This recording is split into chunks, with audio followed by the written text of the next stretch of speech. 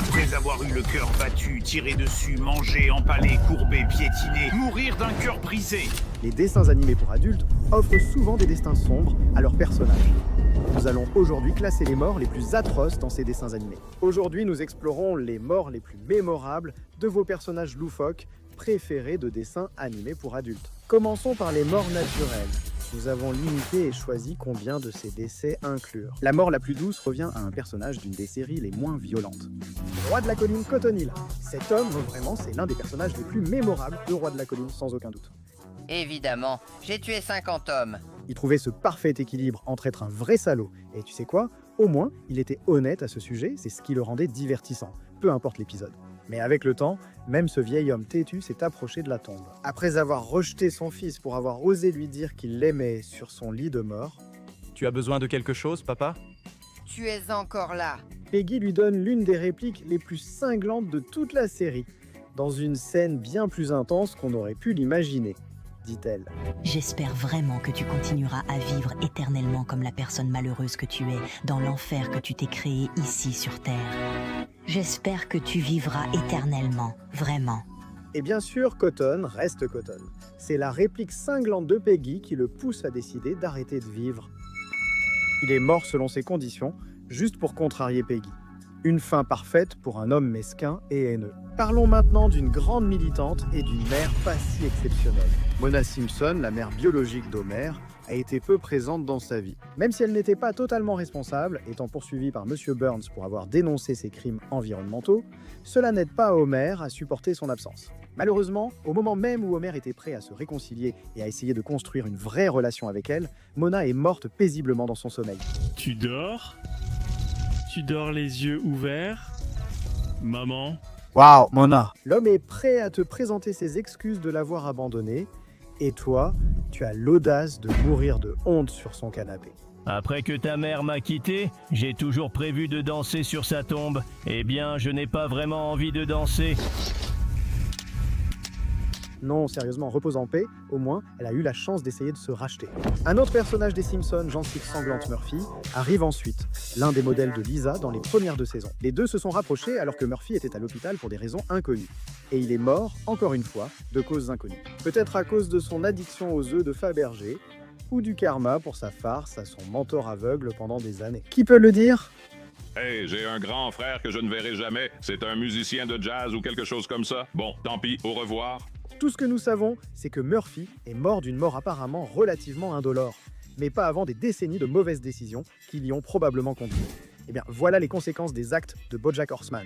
Herb Kazaz, d'accord, le cancer n'était pas la faute de BoJack, mais il a aussi totalement trahi leur amitié. Il est resté dans l'émission après l'exclusion de Kazaz pour son homosexualité et a rompu avec lui pendant 20 ans. Herb a dû endurer cette trahison d'une personne qui comptait pour lui, en plus de sa maladie incurable, rendant la situation encore plus cruelle. Si BoJack ne l'avait pas trahi, il aurait eu un ami pour sa maladie.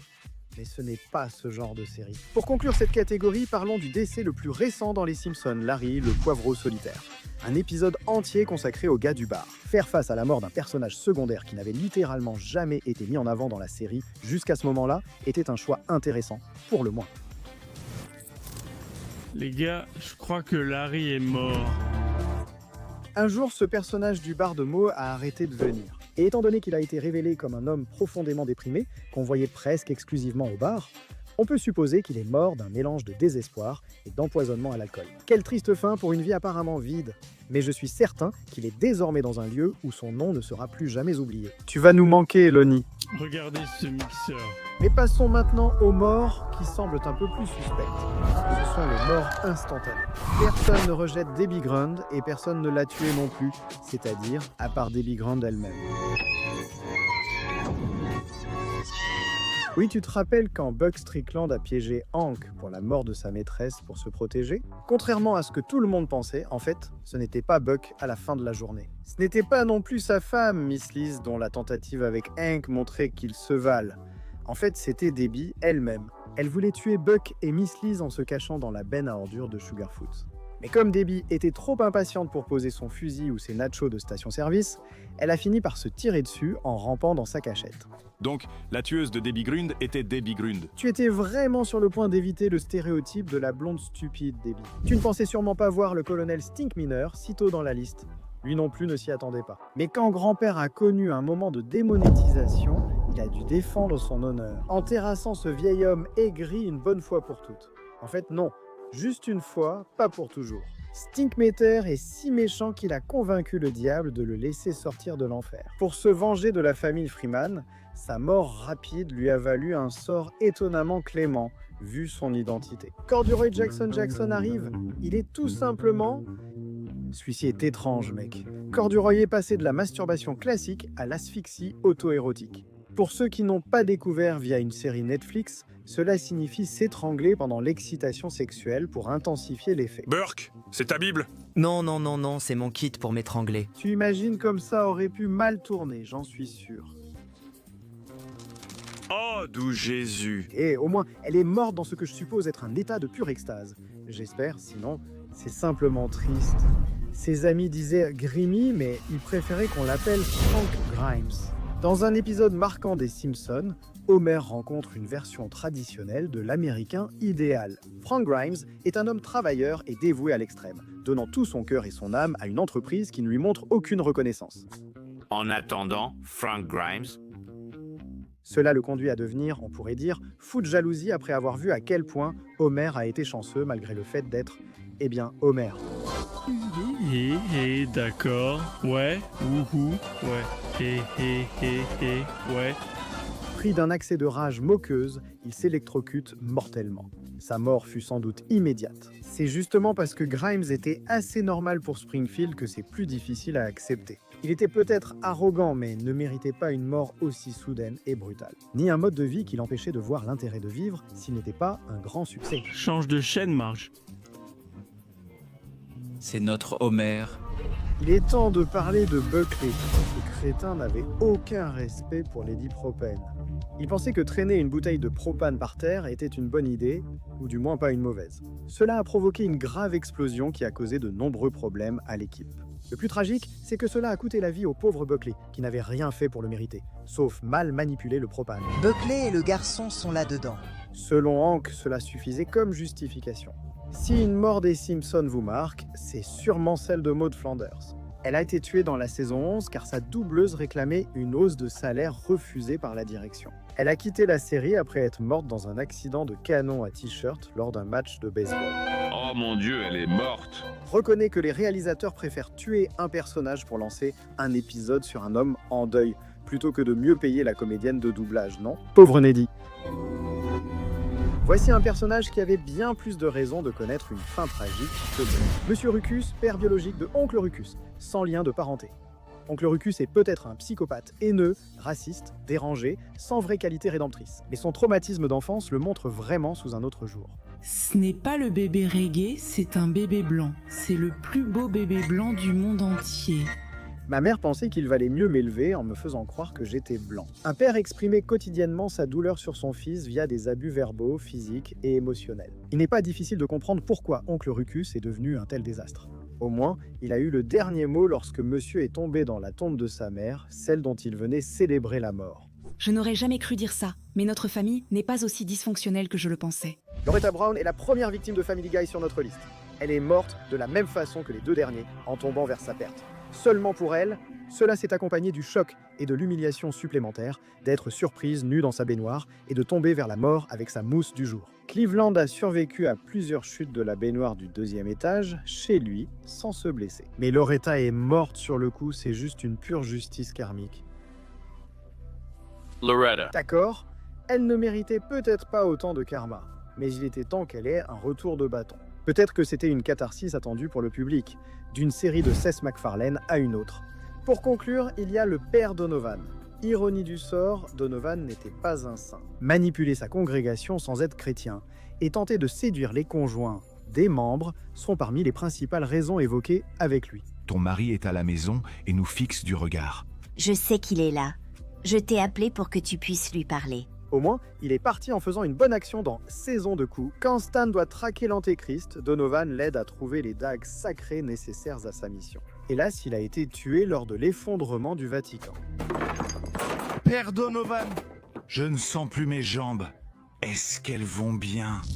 Pour un homme qui avoue ne pas partager la foi qu'il prêche, c'est une sortie honorable. Mais il est temps de passer aux choses sérieuses. Voici les morts brutales.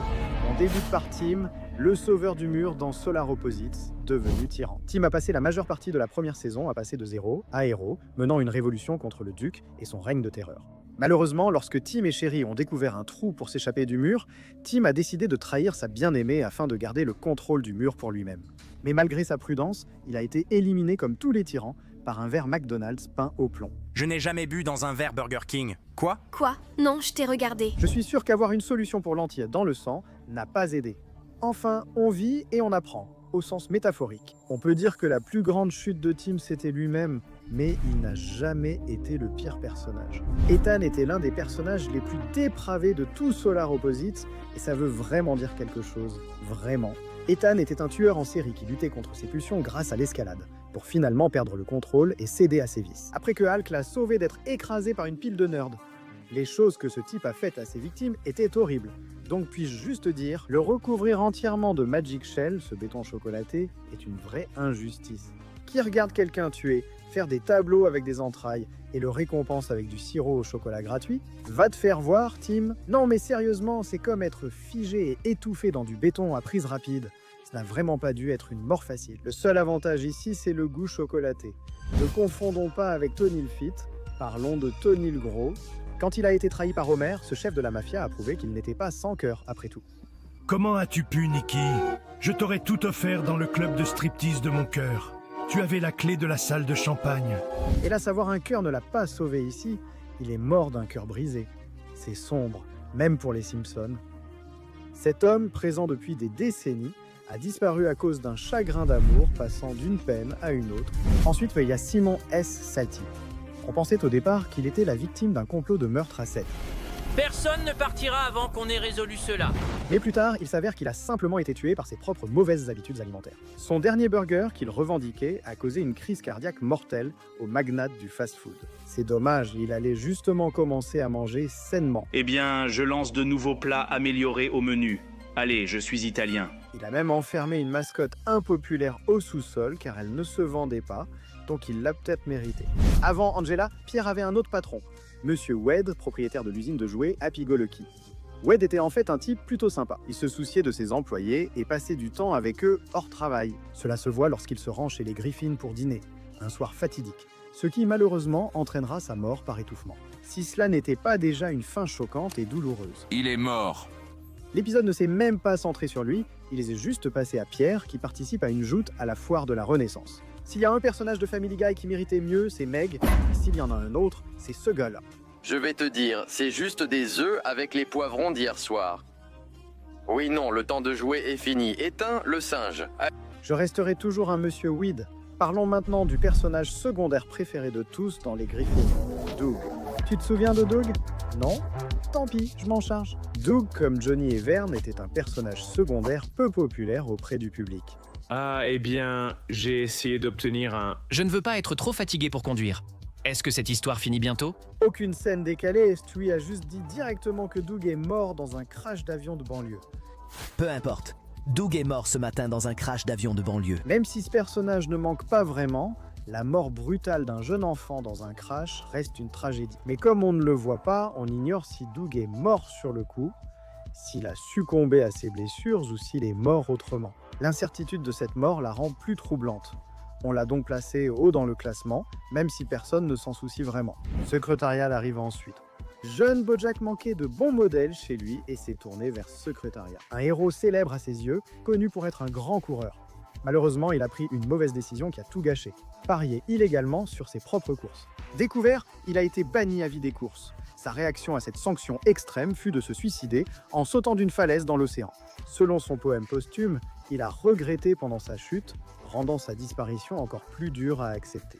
Diane Simmons, l'une des rares vraies méchantes de Family Guy, a logiquement eu une des morts les plus dramatiques. Tom m'a défié de présenter les infos seins nus. J'ai le physique, mais ai-je le courage? Rendez-vous à 11h. Et il n'en resta plus que. Elle a tué plusieurs personnes et piégé Tom Tucker afin de prendre sa place comme présentateur sur Quahog Channel 5 News. Et elle s'en serait sortie aussi si ce n'était pas pour un certain bébé fouineur. Si quelqu'un doit faire tomber ce salaud, ce sera moi. Petite remarque, comment se fait-il que personne n'ait remarqué qu'un bébé cachait un fusil de sniper haut de gamme? Autre question, qu'est-ce qui fait plus mal qu'une balle? Une tonne? Voici Vern et Johnny. Au début de la série, ils faisaient parfois des commentaires rapides et des riffs de piano entraînants, ce qui nous plaisait. Regardez-moi sauter à travers ce grand cerceau. Vamp, vamp. Malheureusement pour eux, beaucoup de gens apparemment n'ont pas ressenti la même chose. Donc dans un épisode, Stewie a carrément brisé le 4e mur en assassinant ces deux-là et en promettant qu'ils n'apparaîtraient plus jamais. Et si cela ne paraît pas assez fou, ils sont réapparus bien qu'ils aient fini de côtés différents dans l'au-delà. On croyait en toi, Johnny, d'une victime de balle, ou plutôt d'un duo à une autre. Le prochain, c'est Jack Smith. Ce gars-là était un voleur jusqu'au bout, cherchant toujours à surpasser ses plus grands braquages avec des coups encore plus impressionnants. D'une manière ou d'une autre, après tous les braquages qu'il avait réalisés au fil des années. Le musée métropolitain des souvenirs sportifs a fini par être son talon d'Achille. Et il a fini non seulement par rater le braquage, mais aussi par se faire abattre par la police. Nous le plaçons aussi bas ici car il a été très marqué par son échec. Ainsi, lorsque Roger l'a invoqué lors d'une séance, il a décidé de posséder le corps de Steve pour pouvoir finir le travail même après la mort. Ce type est un véritable vaurien. Sir Sisto vient ensuite, victime de l'écrasement classique, un grand classique des morts animées, mais dans ce cas, c'est plutôt décevant. Sisto est morte. Elle était une fausse prophétesse qui profitait de notre foi en quelque chose de plus grand. Sisto était sans doute le personnage le plus maléfique du mur, voire de toute la série. Ça, permettez-moi de le répéter, c'est vraiment pas rien. Pour avoir marqué un jeune enfant, dirigé une secte pour semer la peur, torturé au hasard et commis un meurtre. Chaque fois qu'on la remet en question. Faites aussi l'autre côté après celui-ci. Quoi? Personne ne fouette le devant. Ce serait cruel. Elle reçoit immédiatement un coup de pied de GC. Être écrasée par la personne dont elle a usurpé l'image pour manipuler les autres, c'est assez poétique. Tu sais quoi? Je crois que je reverrai la mort de 7 méchants sur 10. Parlons maintenant de Sarah Lynn, vu toutes les histoires horribles sur la façon dont les enfants stars d'Hollywood sont traités, qui sont sortis ces dernières années. Son histoire résonne encore plus aujourd'hui, avec un beau-père abusif et une mère plus violente. Elle n'avait pas de bon modèle dans sa vie, alors elle a dû se contenter de son père à la télévision, Bojack.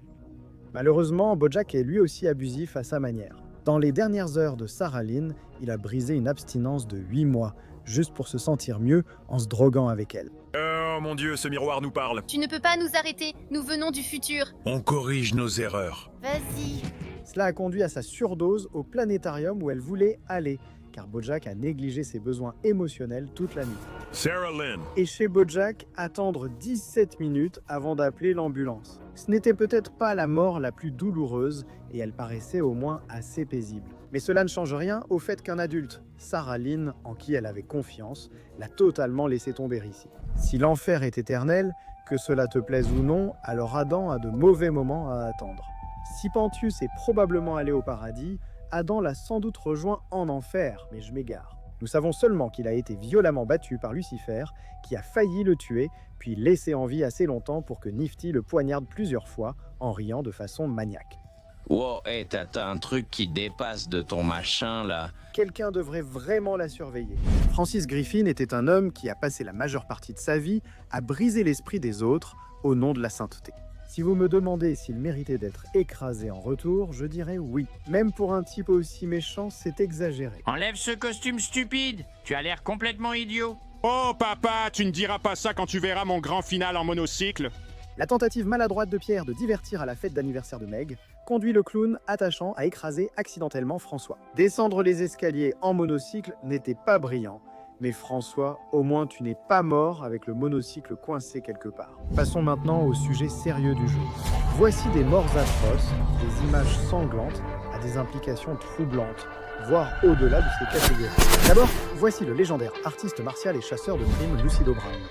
Ce gars était l'un des meilleurs personnages récurrents des Boondocks avant sa mort, lors d'une tentative de protection de la maison des Freeman contre l'ancien gang de Stinkaminer, la Hatocratie.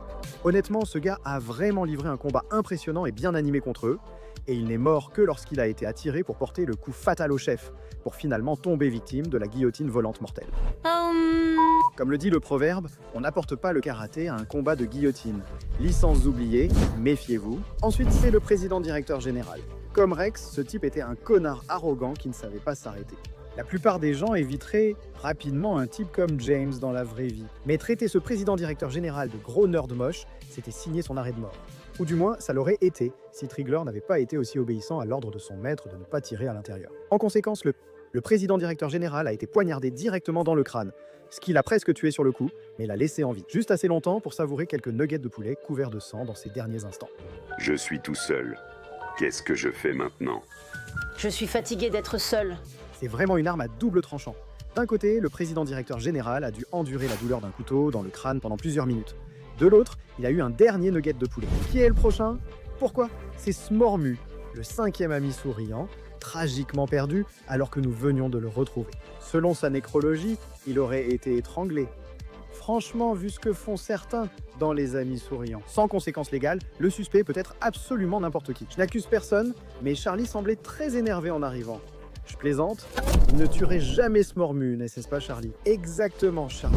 Ensuite, il y a un des nombreux décès dus à un doubleur disparu. Le maire Adam West a apparemment succombé à des causes naturelles, à notre connaissance. Il a été retiré de la série uniquement parce qu'Adam West est décédé.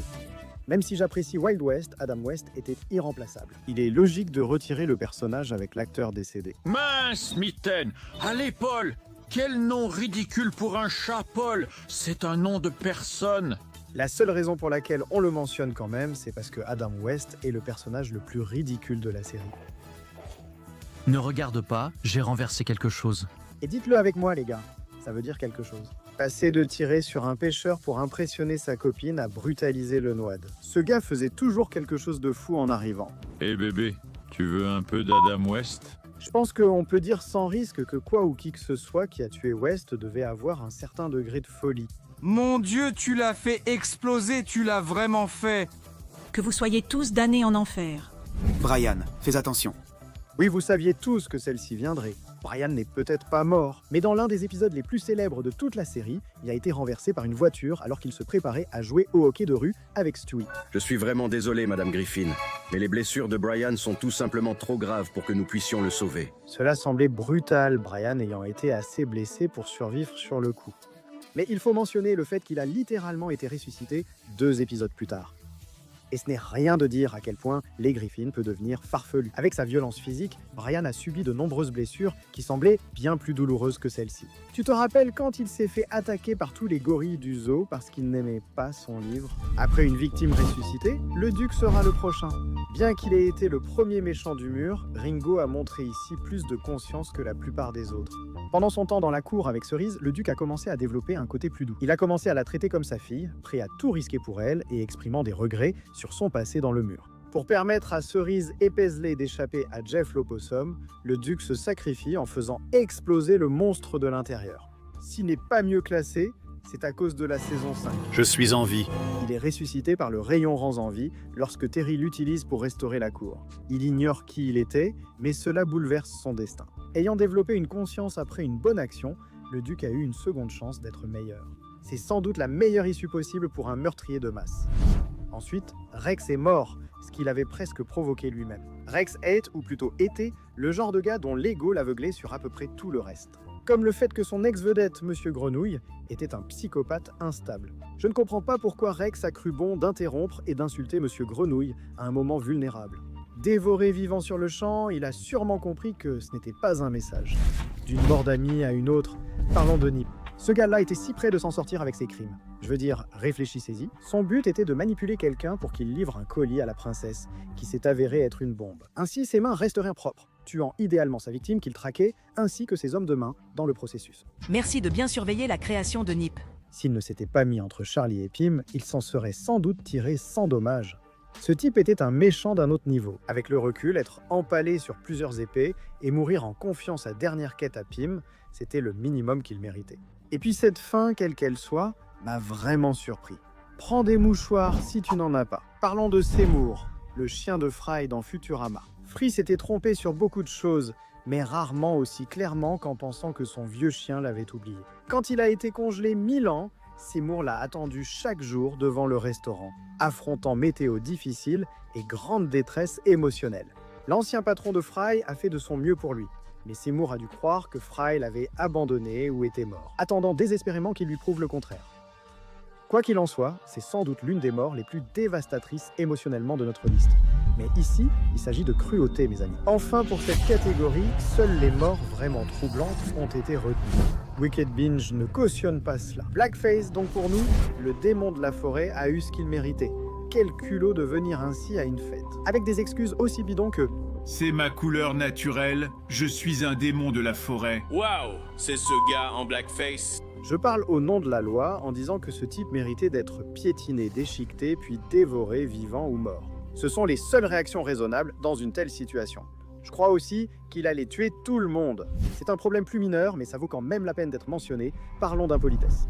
Rien n'égale vraiment une bonne histoire de vengeance, sauf peut-être le gars qui se venge lui-même. Rick Prime est la manifestation de tout ce qu'il y a de terrible chez Rick en tant que personne. Après avoir confondu le refus d'accepter l'offre d'un inconnu de voyager entre les dimensions avec une insulte méritant la mort, il a décidé que la seule réponse logique était d'envoyer Rick, l'équivalent interdimensionnel d'une bombe artisanale utilisée pour tuer sa famille, y compris sa femme dans chaque dimension.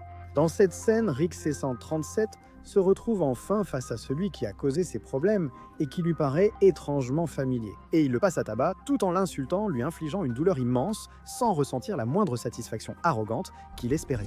Juste à côté du podium macabre, on retrouve nouveau Brian qui a sans doute la mort la plus choquante de toute l'histoire de Family Guy. Il n'est apparu que dans L'homme aux deux Brian, mais il a marqué les esprits.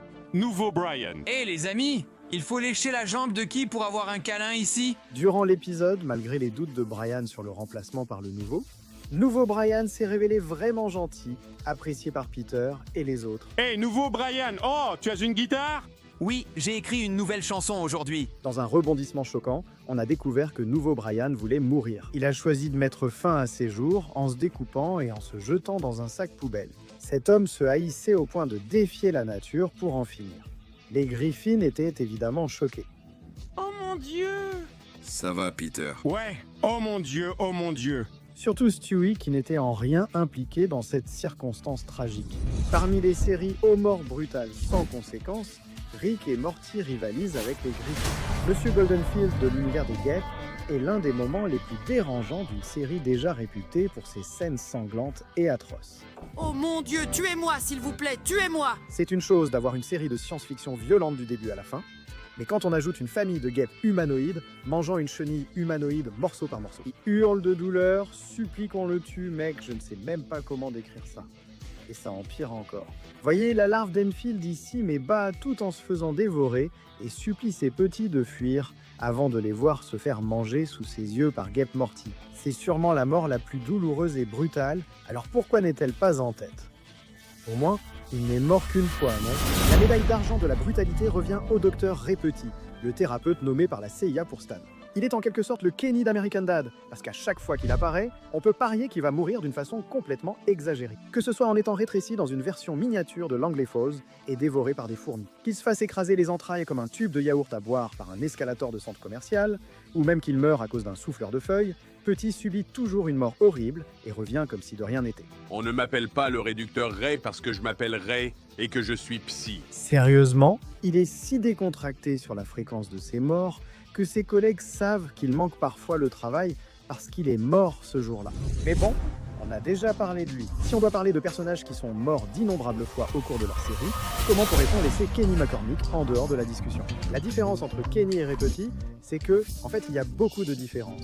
Contrairement au Docteur Petit, Kenny est à la fois un enfant et l'un des personnages principaux de sa série. Leur seule similitude, c'est la blague récurrente autour du fait qu'ils meurent dans la plupart de leurs apparitions. Même si pour Kenny, cela s'est surtout arrêté après 5 saisons, il faut noter qu'il est mort bien plus souvent que Ray Petit. Kenny subit tellement de morts brutales qu'on pourrait faire une vidéo de 30 minutes pour les classer. Je ne sais pas combien de temps cette vidéo va durer une fois le montage terminé, mais je veux juste que vous en profitiez. Les morts de Kenny sont si fréquentes et brutales qu'en parler prendrait plus de temps que toutes les autres de la liste réunie. Et cela ne compte même pas le moment où Cartman a mangé toute la peau de son KFC, ce qui était vraiment un sort pire que la mort.